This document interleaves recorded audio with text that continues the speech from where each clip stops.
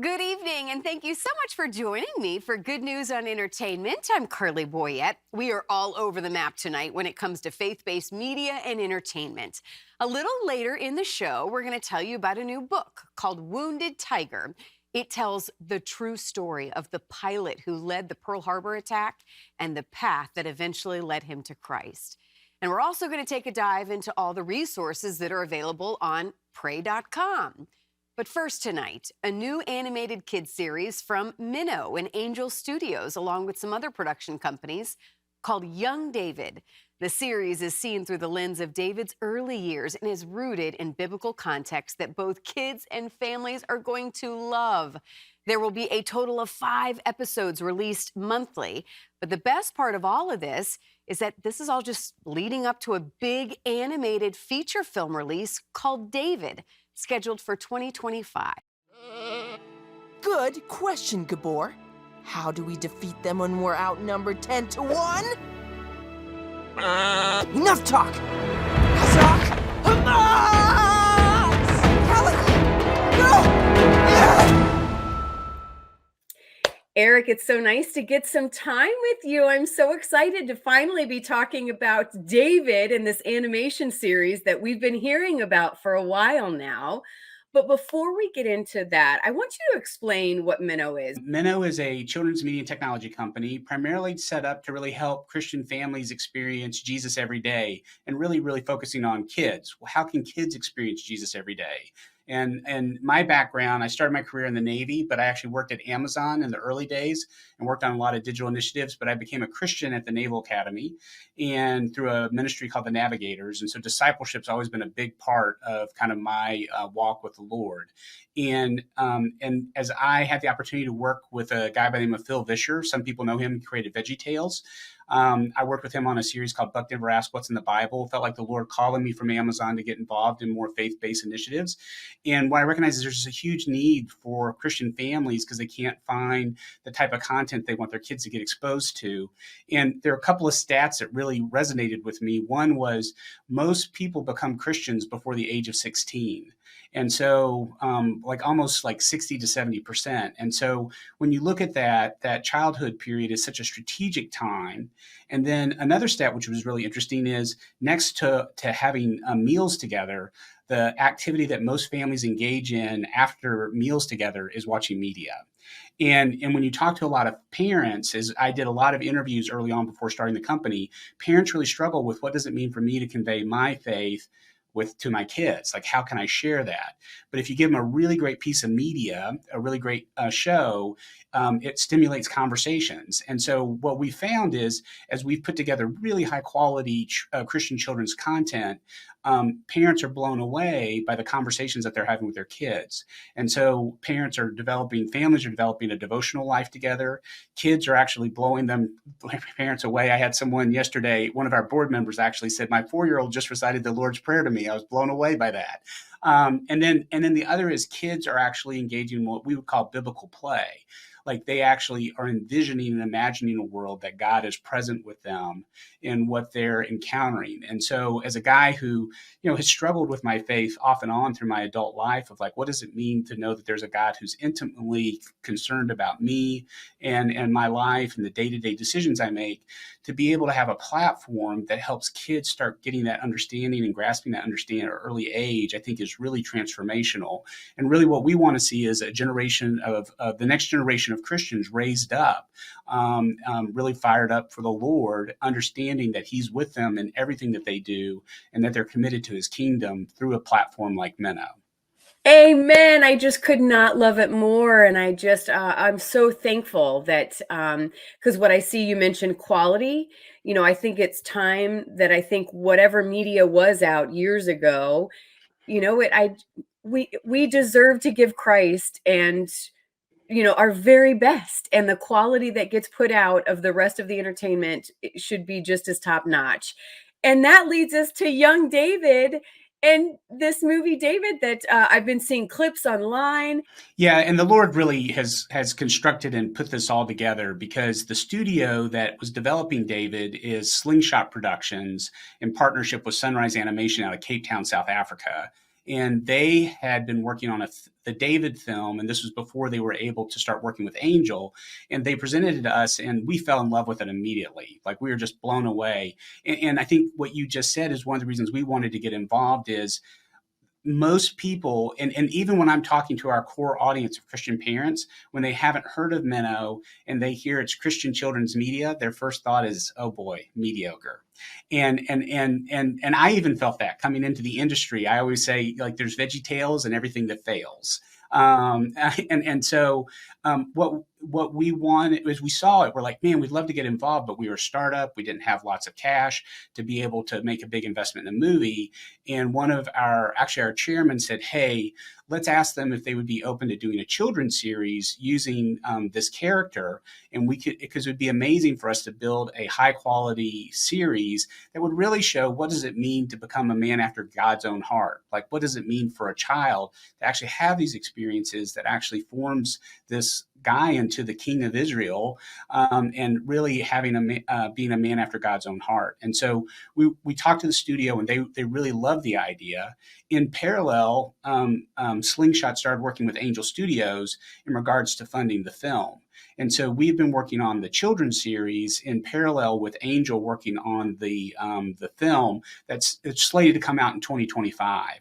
And so we're excited that people can see the quality of the storytelling. And for me, when I saw the demo that Slingshot had put together, it was really breathtaking, because for me, my hope is that we can really see the excellence of the Lord in children's media. And I thought, man, it's just going to take us a while to kind of get to that point. And Phil Cunningham, who is the leader at Slingshot, showed me what he had done.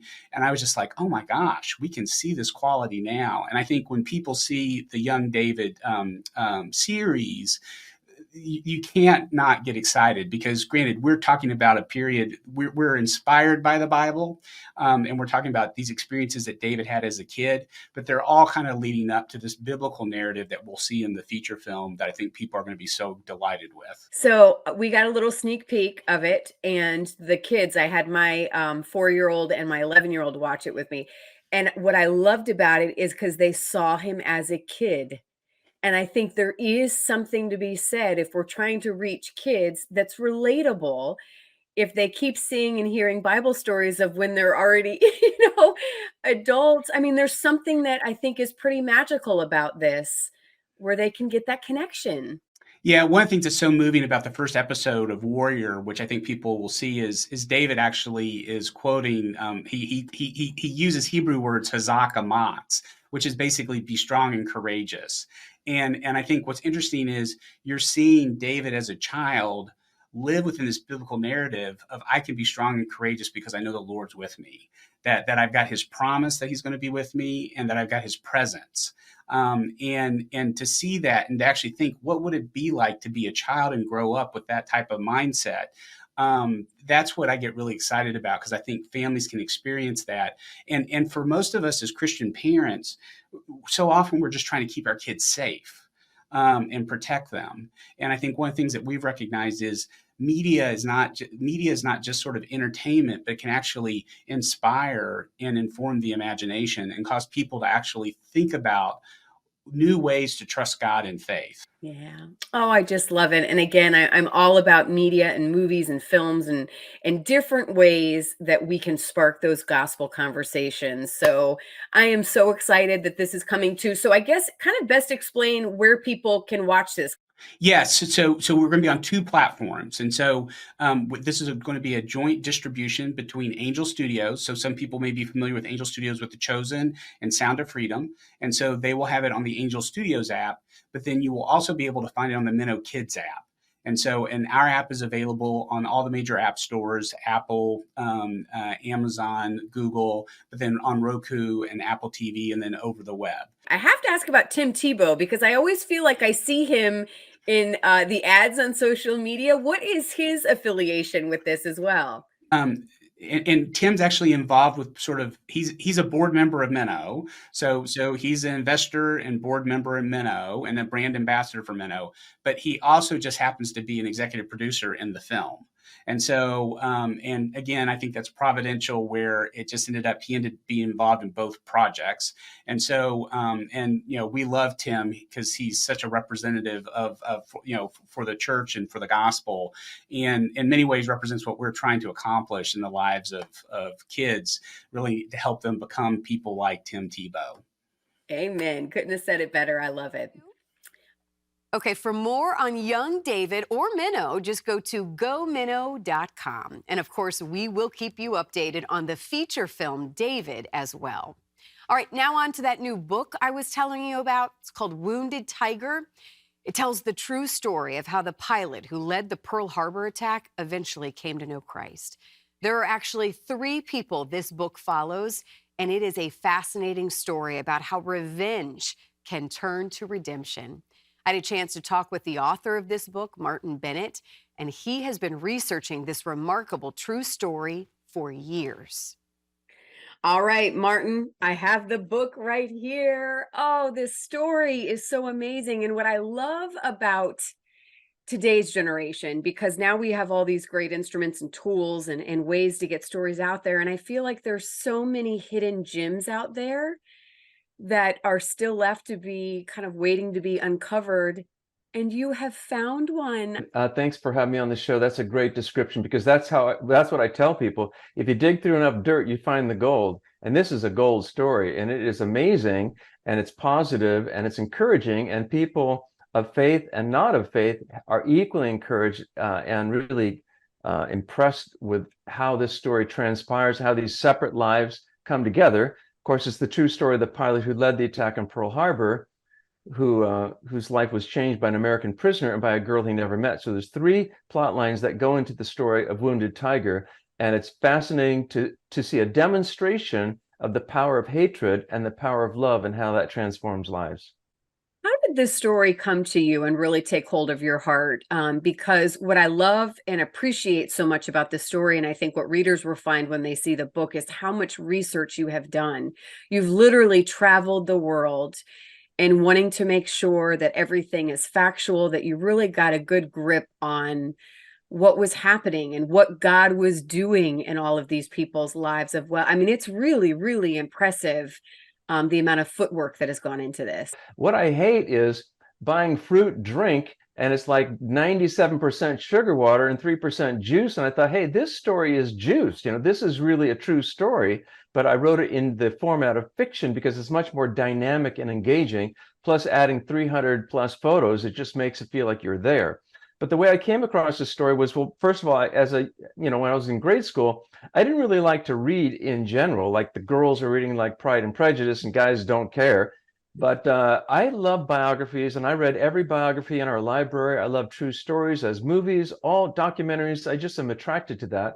I had already written a screenplay on the life of John Newton, who wrote the song Amazing Grace.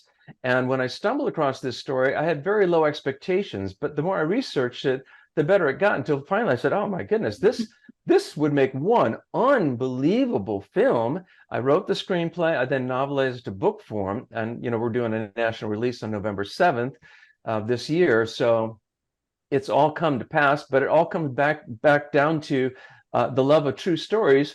Because when you're watching a movie or reading a book like that, you feel like, well, wow, this really happened. And there's so many unexceptional things in the story that you think, how could that even be? Myself very much included. I had to research some things 2, 3, 4 times to just make sure, did this really happen? It's like, yes, it did. That is really inspiring to a lot of people. Especially the faith community, where we've seen God work in our own lives. And that's really, I'd imagine that's the only thing you can, attribute it to that point, when there's a story that is that it's I mean, literally revenge to redemption. I love that kind of term. Absolutely. But the funny thing is, I've had people who are generally, very liberal, maybe not even beyond non-religious, they're anti-Christian. They just don't like the whole thing. They read the book and they say they really, really like it because it's authentic, it's genuine, it's not contrived, it's not fake, it's real. and they find it very thought-provoking and emotionally moving. So what's next after this? Kind of give us, obviously the big book release, and then what do we hope after this? Well, our website is live, woundedtiger.com. You can go and read the first chapters free. The first thing is to get the book out far and wide. Now, I received a phone call from the producer of Hacksaw Ridge about 2 years ago. He said, "What's the status of this film?" I told him trying to get funding, how difficult it was. He'd been in the business 50 years. He said, "Martin, forget about film funding. Get that book to the top of the charts. That's when the investors will come to you." He said, "I promise you." I talked with him for hours on the phone, met with him in LA twice, and he was like yelling at me, "This is what's going to happen, Martin." So as a footnote, I got an email yesterday from a guy who said, "We fund films. We want to talk to you." I mean, just like that. So I sent him an email, but I'm positive we will get the funding. And here's why.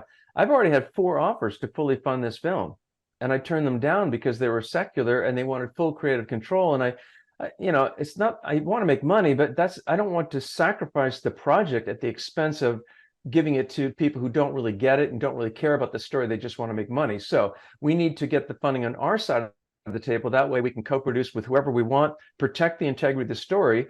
And for the investors, they'll know, hey, the book you read is what's going on the screen. It's not going to be some hacked up version of that. We're not going to do it that way. So that's the next step, is doing that. But in between there, this book has been translated into Japanese, and it's available in Japan, but we're going to do a big marketing push in Japan next year. The biggest film market in the world is North America. The third biggest is Japan. So, and you may or may not know, only 0.5% of Japanese are believers. So this is going to really open big doors in Japan for the gospel. Hey, I'm going to give you the last word. Invite people, as you said. We need to get this book on the bestsellers list. Get more people talking about it. What's your last word on why you would have them read this? This is an amazing, true story. You will not be disappointed. I have a lot of people say, "Martin, that sounds like a bunch of hype. I don't really believe the book's that good." And I just got a text message last week. Person said, "Martin, I thought you were tooting your own horn," is what she said. "But I read this book. I was in tears. This is an absolutely amazing story. When's the movie coming out?" That's the reaction. So don't take my word for it. Read the first chapters free at woundedtiger.com and see what you think. Oh. Well, God bless you. We're going to be praying that this does well. It's going to be exciting to see where it goes from here and how it is embraced in Japan as well. And, and it's going to be fun. So I hope to talk with you again soon for more updates, okay? Carly, thank you very, very much for having me on your show. For more info on the book, just go to woundedtiger.com. Okay, speaking of the internet, have you heard of pray.com yet? Just the website name alone is pretty cool, right? Well, once you are there, it is a treasure trove of resources that, if you were like me, didn't even know were available. For more on the story behind pray.com, here is the co-founder, Matt Potter. And congratulations on some of the mile markers, I guess you can call it, that you've just surpassed this year. This is amazing. Yeah, thank you so much, Carly. It's an honor and a blessing to be here. So excited. Can't believe we just crossed 15 million downloads of the pray.com app, and it's just accelerating. Over 1.2 billion listening minutes. When I calculated it, it's crazy to think it's like 1,700 years of listening has taken place on the app. And, people absolutely love it. They've shared the app over 125 million times, shared prayers in the app and content. So it's really just been remarkable to see God's hand on the company and what we're doing. Look at God going viral. I love it. That's right. That's right. Rewind a little bit, though, and kind of explain how this started. Because to be honest, when I'm like pray.com, I'm like, how did nobody else have pray.com before this? Yeah, somebody had it, actually. They were holding on to it. They were just, holding it and waiting for someone to come along like us. And so actually, Steve, my business partner, went and found an entrepreneur who had a bunch of domains, and pray.com was one of them. And it really spoke to Steve because he just went through a big tragedy in his life, and he had become a Christian through an audio sermon that a Navy SEAL shared with him. And so when he had this meeting with this entrepreneur, had all these domains, it was just providential that he had pray.com, and Steve wanted to build the digital destination for Christians online that would help people. I can't believe Like you're saying, can't believe that no one had pray.com. I can't believe no one has built the digital destination for Christians online. We've got the ESPN for sports. We've got LinkedIn for business. We've got our social. Why have we not built the digital destination for Christians online? So that's what we set out to do. And when And what Steve, year was this? How many years has it been now? so it's almost been 7 years. It was 2016 actually Okay. when we started this. And So did you have any idea about how fast this was going to grow or where it was going to go? No, I had no idea. I knew that we would help a lot of people. I knew we would help people's eternities. I knew we would help people connect back with their faith. I knew that people would get saved. What I didn't know is I didn't know that we were going to have a global pandemic, and I didn't know that our country would be in what we call the hidden pandemic, which is the mental health and spiritual health crisis that's going on right now. And so we get reviews all the time of people who are thinking about committing suicide or they're depressed or anxious, but they found the app. And because of all of the incredible pastors that we have and content that pray.com has created and God, they've been able to make a different decision than ending it all. And that to me has just been the most surprising thing that I've seen. Oh, that's amazing. Explain how pray.com works because, again, this is, I'd imagine, I know there's still Christians that don't know about it. Yeah, But even as popular as it is, I mean, I'm sure you're still finding people that go, wait a minute, what is that? And then also how you can share it, how this is a tool if you know somebody that is struggling or, it's an easy thing to do to share. so the pray.com app and website is the number one app for daily prayer and faith-based content. So right when you open the app, you're going to get a daily devotional with an incredible voiceover actor or actress and an amazing takeaway from the Bible, as well as a story. Our team spent a lot of time and money really building out this incredible cinematic audio experience where you hear your favorite Bible stories come to life. I mean, we hired a 61-piece orchestra, sound designers, editors, producers, all of these different people coming together to build this incredible, vivid, cinematic audio experience. And people just absolutely love it. So when you get in the app, it makes it so easy to listen to and hear all your favorite Bible stories come to life. And what people are doing is once they listen to their favorite Bible story, they're going, oh, wait a minute, I can share this with a family member or friend who's going through something and it will help them. And it's an easy way because, it's not like you're inviting them to church or you're asking them to go do something with your church or volunteer. It's an easy, just dipping a toe in the shallow end. You can send them something that'll help them and just say, hey, I was praying for you and thinking about you when I heard this. I thought it would be great for you. And we see that going such a long way. The digital is now going into the physical. So you send someone a couple of those audio snippets and all of a sudden they're saying, hey, I want to understand more and I want to come to church with you and I want to learn more. So it's really just been incredible to see pastors sending us videos of people listening to them in the app and then going and getting baptized at their church. And then you've also now, the team has gone into books as well. So talk about this one, Sleep Psalms, which it's just so beautifully done. And I told you I've just kind of rediscovered my love for Psalms and how we can pray using them. And you talk about an anxious world right now and not being able to sleep at night. I mean, I just think there's so many people that are really going to enjoy this. So this actually came out of the pandemic. We're realizing that people were listening to content really late at night during the pandemic, and it's because we're getting hit with all this broadcast media, which is good, but late at night, and you're hearing everything that's going on. There's rioting, there's a pandemic, there's a virus, all this stuff, and we're anxious. And I don't know about you, but as soon as I get into bed and I turn on the news, I'm now scared out of my mind and I can't go to sleep. so so what better than listening to something that helps you fall asleep, that plays all of the Psalms for you? And so we saw one of our most popular series in the app that helped people fall asleep was our sleep Psalms. And we decided, there's a lot of people that they love technology, but there's just that feeling of reading and holding a physical book. And so we took all of those incredible stories that helped people in audio in the app, and we made it into a book. And people are now just loving it. There's also the same stories in the book you can listen to in audio on the app as well. And it's just, we've seen great success with people loving sleep Psalms. And some parents actually, they take sleep Psalms and now that's story time, and they're reading it to their kids before they go to bed at night because it helps them.